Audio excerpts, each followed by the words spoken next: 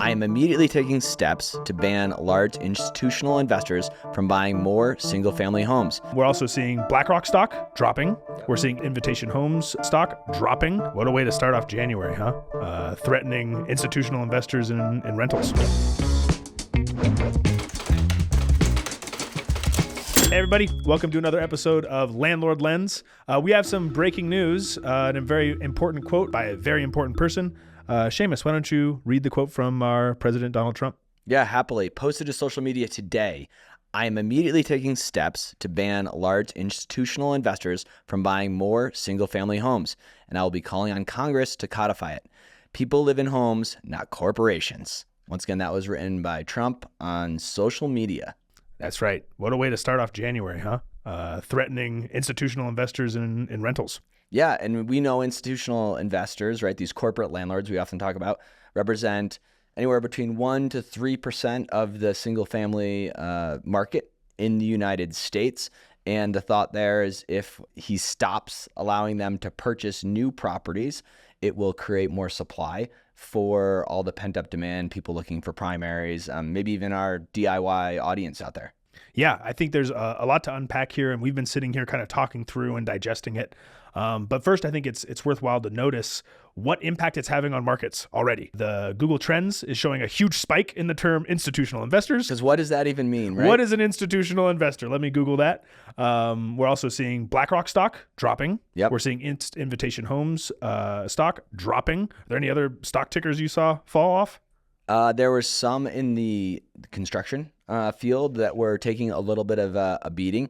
But like so many things that are put out from this administration, the markets are the first to react, good or bad. In this case, it's bad for a handful of the major players out there. Exactly, because you can take two different kinds of signals from this. The first signal is, yay, hedge funds had no business being in single-family homes anyway, and it's just going to be hedge funds, and this is great news. The second one is, Trump's going to start regulating the national housing market nationally from his president's chair generally, which means that anybody that owns homes might be impacted. Yeah, exactly. I actually think that it's quite popular to make corporate landlords the boogeyman. Right. We've done it in some of our videos. We know that they're often the fastest to raise rent. Yep. Right. They don't have great track records always in maintenance on their properties. They're not usually investing in a community, right? They're there for relatively short periods of time to get their ROI, and then they're flipping those properties and communities. And so they can afford to be litigious. They have law firms on retainer. They lobby. Like the regulation at times seems like it should hurt them, but it actually helps them. Yep. Right. And so I think there's a lot of reasons for, regardless of where you are on the political spectrum, to be kind of excited to actually see the institutional buyers take a beating. Yeah, absolutely. However, philosophically, right, first it starts with institutional buyers, right? If this doesn't work or create the supply that they want, does it then go to individuals that own 500 plus units, right? And is it then 100 plus units? And then eventually is it getting down to 20 plus units and a lot of the DIY landlords that are out there trying to create wealth and a legacy for themselves? Yeah, which can be pretty scary to think about because this is an unprecedented action from Washington trying to regulate the housing market as it exists.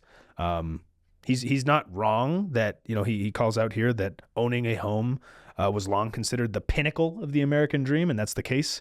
But trying to regulate it from this seat is pretty much brand new, besides making it more affordable with the 30-year mortgage and that kind of thing, right? Yeah, and I think this is hopefully just another kind of arrow in the quiver of increasing affordability. I really would love to see more emphasis on some of the deregulation so that more building can just take place. We see places like in Texas where the average home price has actually dropped. Rent prices have actually come down because there's been an absolute building spree, right? Now, some people may be looking at that, maybe as a landlord out there or a primary and saying, hey, the value of my asset is dropping.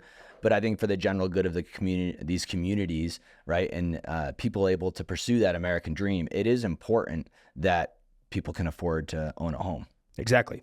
Well, let's talk about some of our speculation with regards to how this will impact builders, how these companies like BlackRock or Invitation Homes, who've built their entire company, right, off of single family rentals, how we would expect an implementation of this to actually look, right? Because right now we're only looking at 2 paragraphs of text.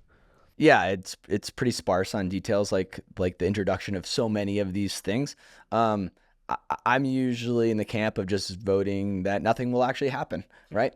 But I've certainly been wrong before. I took a similar stance on things like tariffs, right? And then widespread tariffs were indeed applied and then changed, throughout all of 2025. Right. So I think for them to move forward and try to ban this, that they're going to do it on, from what it appears, on net new purchases going forward. So there's definitely got to be a lot of construction projects right now that are those build to rent projects that right now are kind of on a shaky footing, right? Will the BlackRock, will Invitation Homes, will Progress be there to make those purchases, right?